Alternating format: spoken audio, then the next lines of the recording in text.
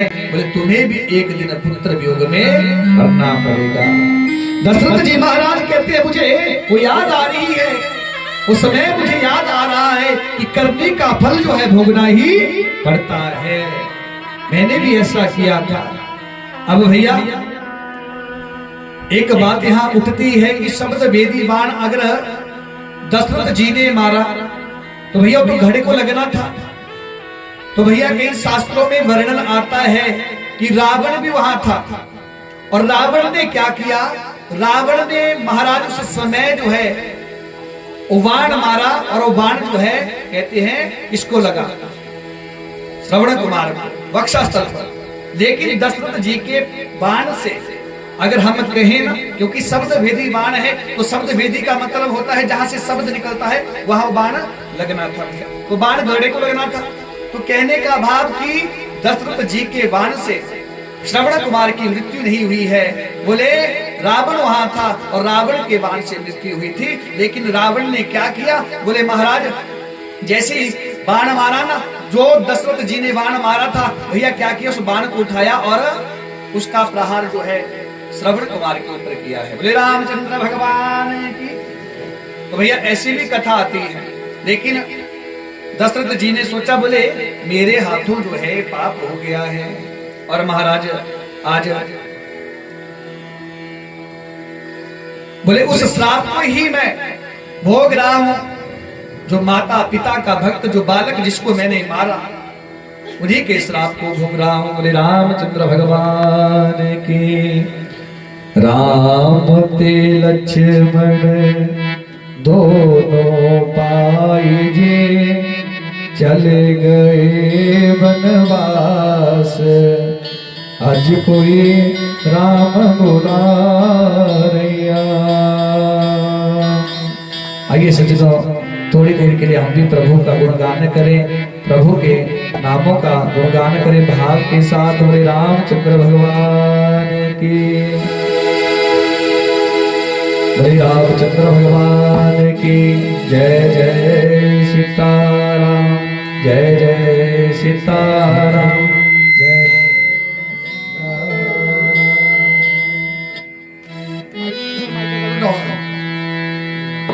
श्री रामचंद्र भगवान की। आइए भाव के साथ प्रभु चरणों में चलेंगे और क्या कहेंगे। राम ते लक्ष्मण दोनों पाई जे चले गए वनवास, आज कोई राम बुला रैया।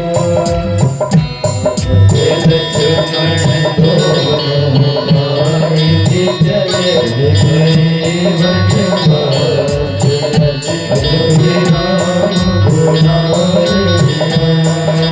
राम ते लक्ष्मण दोनों पाई जे चले गए वनवास, आज कोई राम बुला रैया।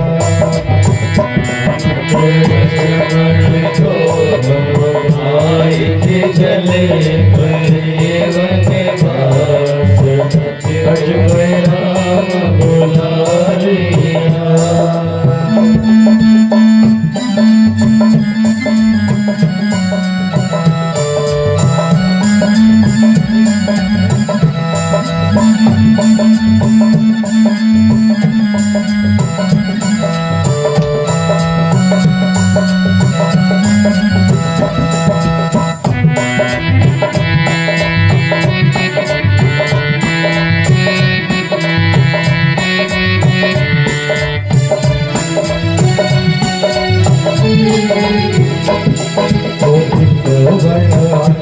आओ तो बनते जी देवन लगे पया, आज कोई राम बुला रैया।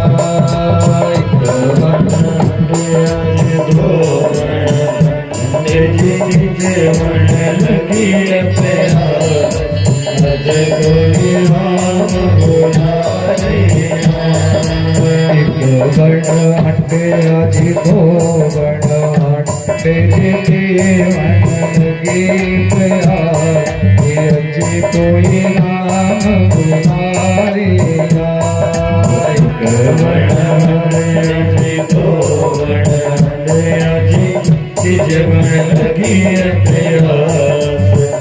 अज कोई राम बुलारिया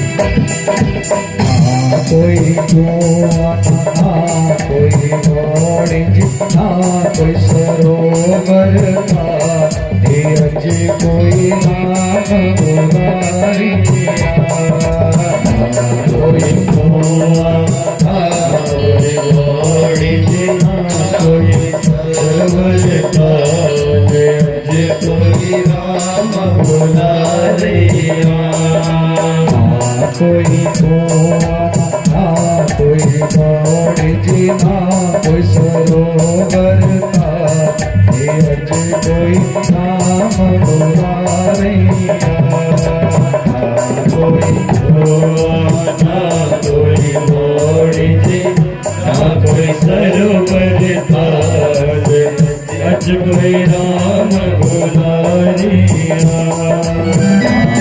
लक्ष्मण दोनों भाई चले गए बनवा धीरज कोई राम बुलारिया लक्ष्मण दोनों भाई चले गए बनवा धीरज कोई राम बुलारिया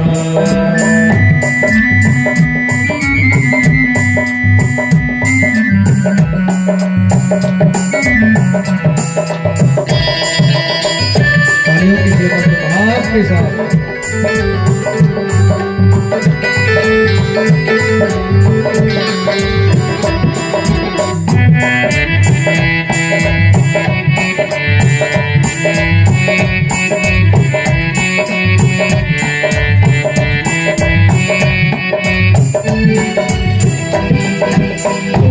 जया बालक गौआ चरा ले आया ठठराने धीरज कोई राम बुलारिया छोटा जया बालक गौआ चरा ले ठठराने धीरज कोई राम बुलारिया छोटा जया बालक गौआ चरा ले आया ठठराने धीरज कोई राम बुलारिया छोटा जया बालक गौआ चरा ले आया ठठराने धीरज कोई राम बुलारिया लक्ष्मण दोनों भाई चले गए बनवा धीरज कोई राम बुलारिया लक्ष्मण दोनों भाई चले गए बनवा धीरज कोई राम बुलारिया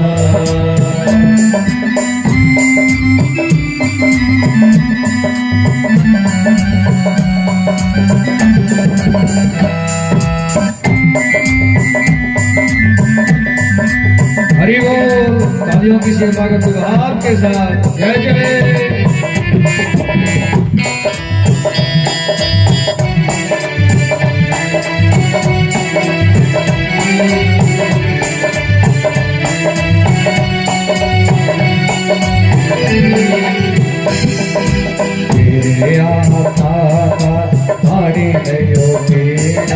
रस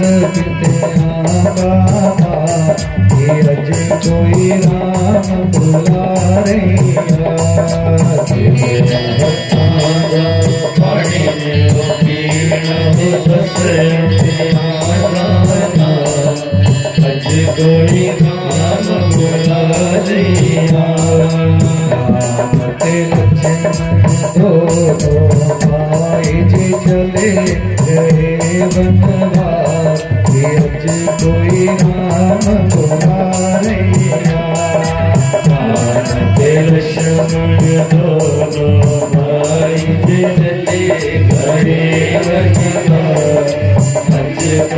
राम मुरारी चले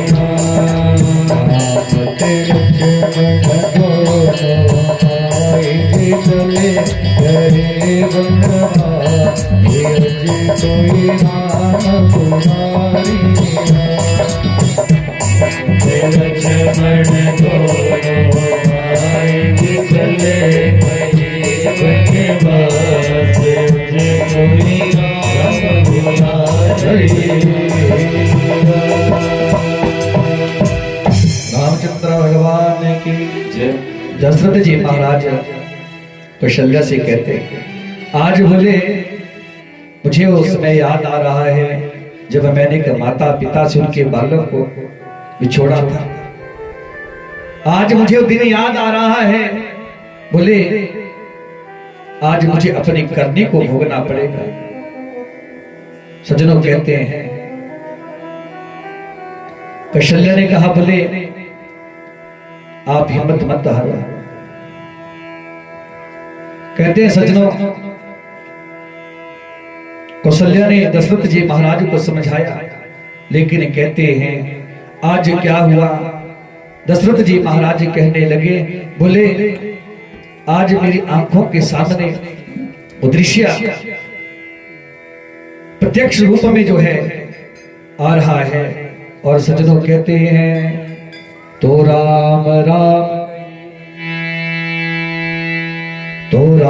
राम कही राम कही राम राम कही राम तनु परि हरि रघुवर विरह राव गयो सुरधाम।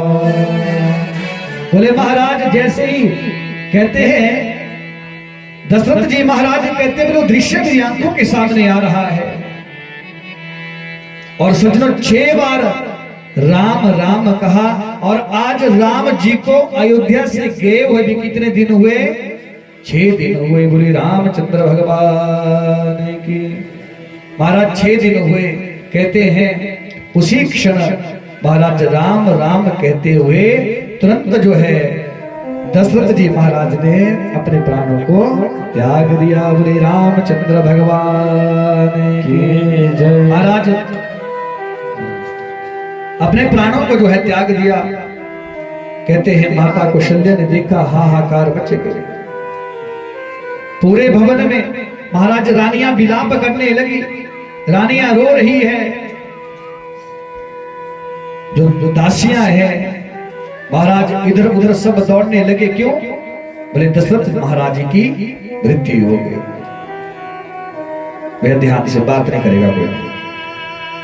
बोले रामचंद्र भगवान की।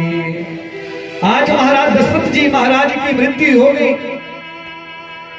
जैसे सबने सुना महाराज कहते हैं जो दास दासियां हैं इधर उधर दौड़ रहे हैं। क्यों? बोले अयोध्या के ऊपर विपत्ति का पहाड़ टूट गया। पहला पहाड़ राम जी अयोध्या को छोड़कर चले गए और दूसरा पहाड़ बोले जो दशरथ जी महाराज हैं उनकी मृत्यु हो गई। महाराज लेकिन एक बात कहूं दशरथ जी महाराज ने जीने का भी और मरने का भी दोनों फल प्राप्त कर लिए।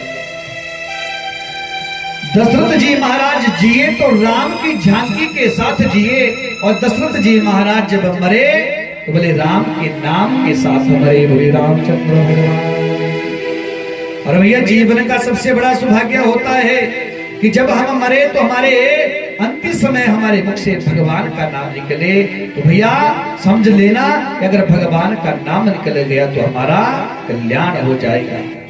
दशरथ जी महाराज जब जिए तो राम जी को देखा, जब मरे तो भैया राम जी का नाम उनके मुख पर था। कहते हैं सच पूरी अयोध्या में हाहाकार मच गया।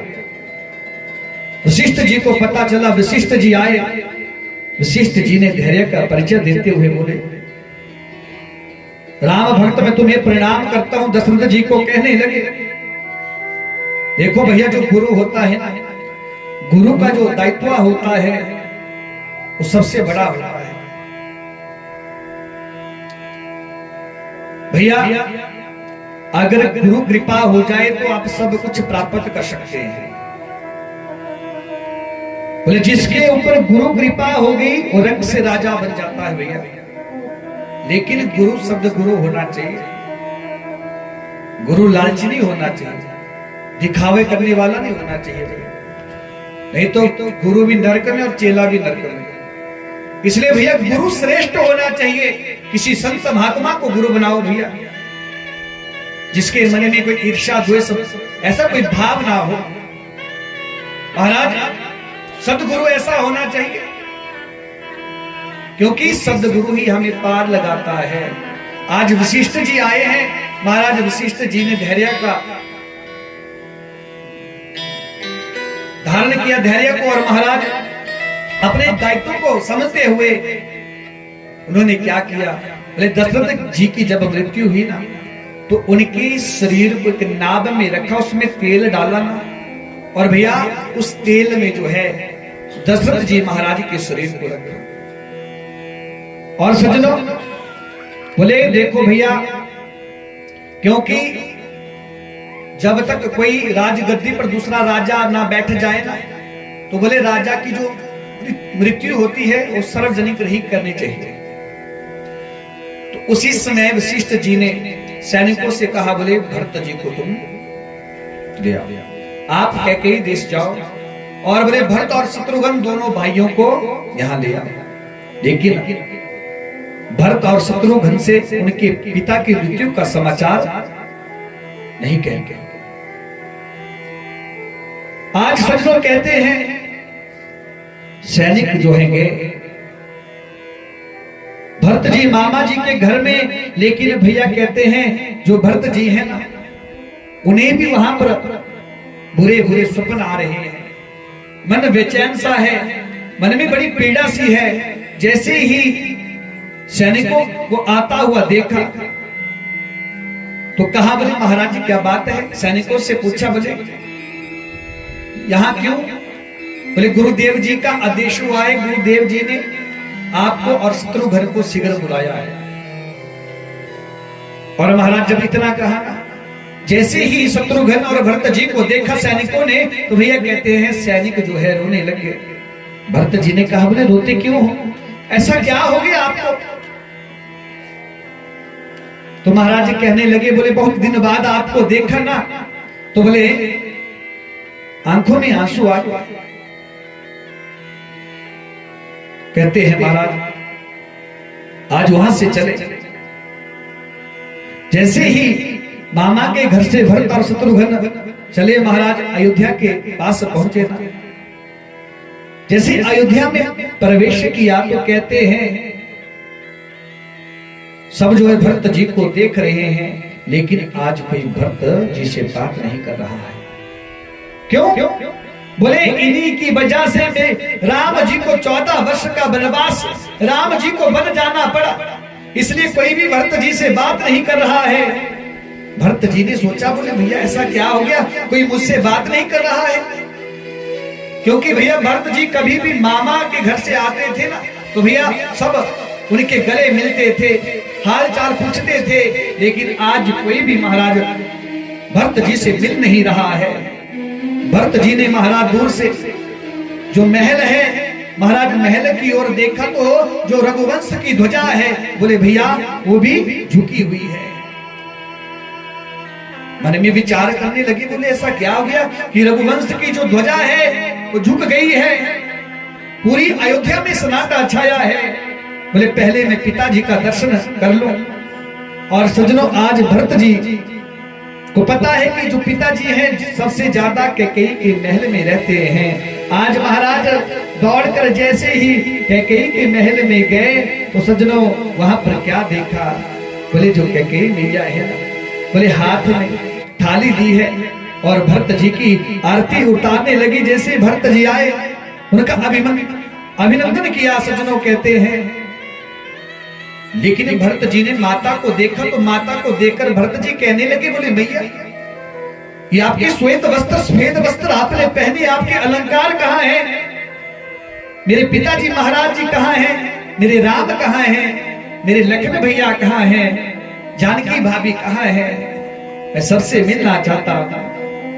कैकेयी ने कहा, बोले बेटा तू बैठ जा, मैं सारी ही बात तुम्हें बताऊंगी।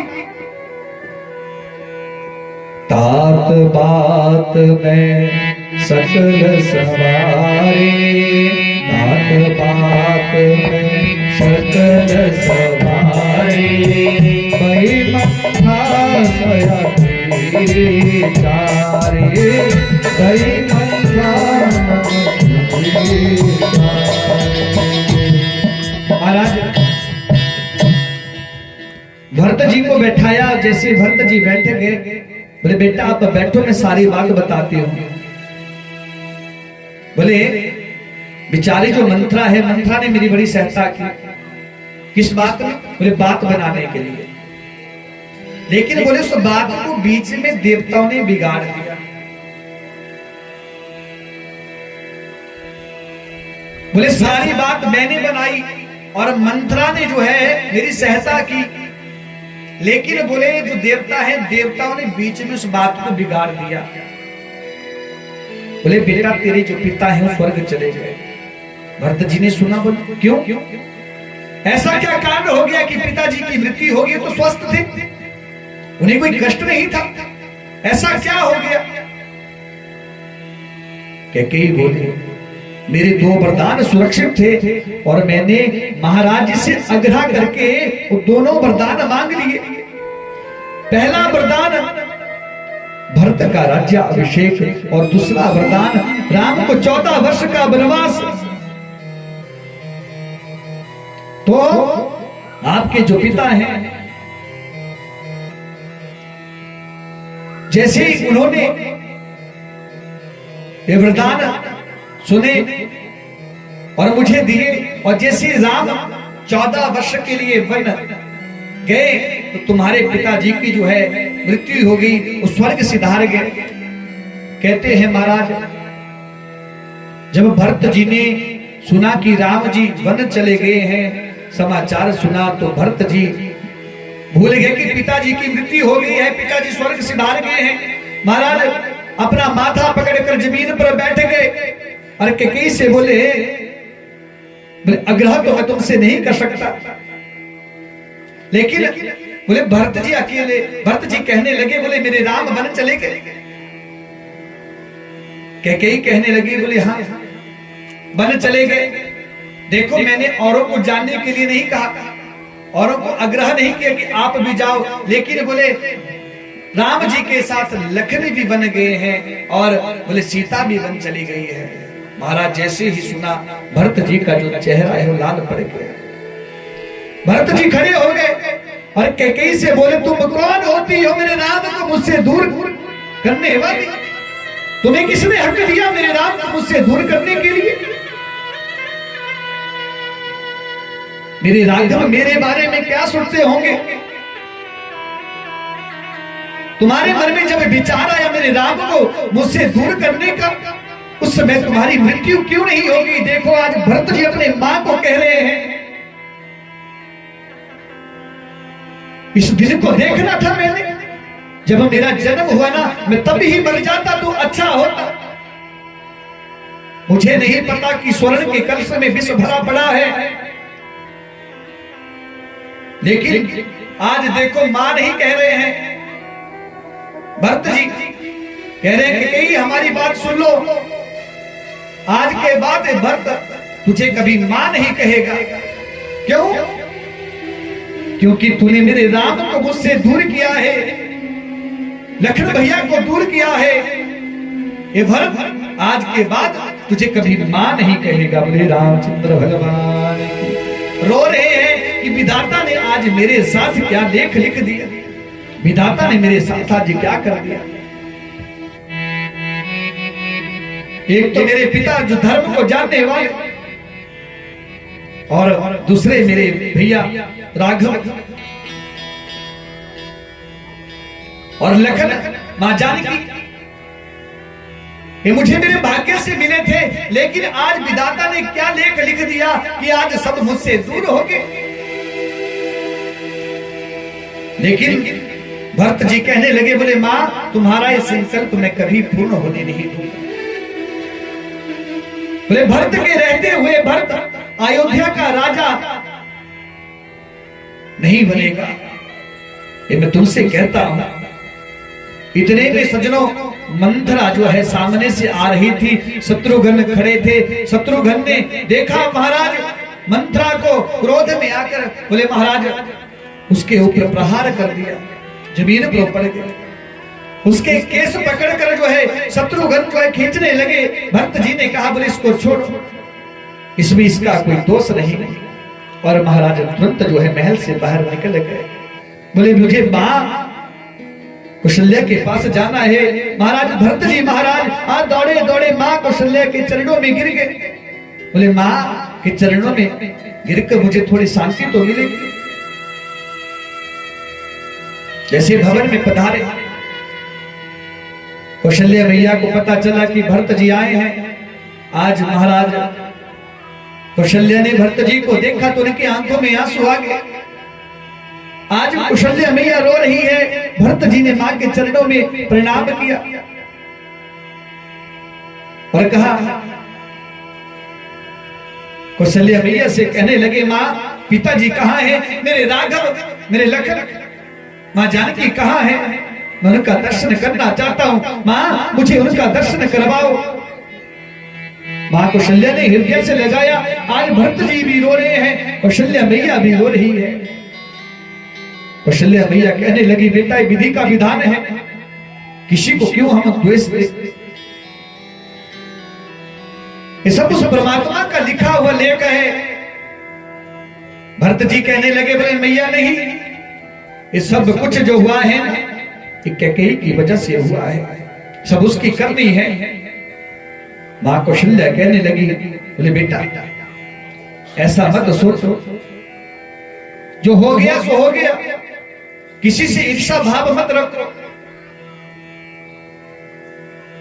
लेकिन कौशल्या कहने लगी बोले मेरे राम वन चले गए, बोले दुख मुझे इस बात का नहीं। बोले तुम्हारे पिता की मृत्यु हो गई, स्वर्ग चले गए, मेरा राम मुझे छोड़कर वन चला गया, दुख इस बात का है। बोले मेरे शरीर में प्राण ही क्यों है, मेरे प्राण क्यों नहीं निकलते, दुख इस बात का है बेटा मुझे।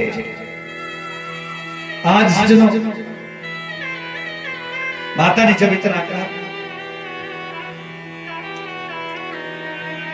लेकिन अब माता भरत को समझा रही है, क्योंकि भरत भी अपने आप को दोषी मान रहे हैं। भरत जी मैया के चरणों में प्रणाम करके कहा बोले मैया अगर मेरा कोई ऐसा विचार होता प्रभु राम को वन भेजने का, तो मैया मैं सत्या कहता हूं अगर मेरे मन में ऐसा भाव आया हो तो मैं सत्या कहता हूं बोले जो गौ हत्या करता है उसको जो पाप लगता है वो पाप मुझे लग जाए, जो गुरु की हत्या करता है उसे जो पाप लगता है वो पाप मुझे लग जाए। और यदि राम गमन, अगर राम गमन में मेरा कोई भी ऐसा हाथ हो, मंतव्य हो, तो मुझे जो पाप लगे, जो महाराज संसार में किसी को न लगता हो ऐसा पाप मुझे लग जाए। बोले अगर कोई व्यक्ति किसी मरे किसी सोए हुए व्यक्ति को मार देता है, बोले उसे जो पाप लगता है वो पाप मुझे लग जाए। अगर राम जी को मैंने वन भेजा हो, माता पिता की सेवा जो नहीं करता उसे जो पाप लगता है वो पाप मुझे लग जाए, वो नरक मुझे प्राप्त हो। जो स्त्री बालक को मारती है उसे रॉबर नाम के नरक में जाना पड़ता है। बोले अगर मेरा ऐसा भाव हो कि मैंने राम जी को वन में भेजा है तो मुझे नरक की यात्रा मिल जाए, मुझे नरक मिल जाए। मां कहते हैं, मां ने कहा बेटा बस बस, ये क्या कह रहा है तू? बेटा सैकड़ों प्रकार की सुगंध तूने खा ली, बेटा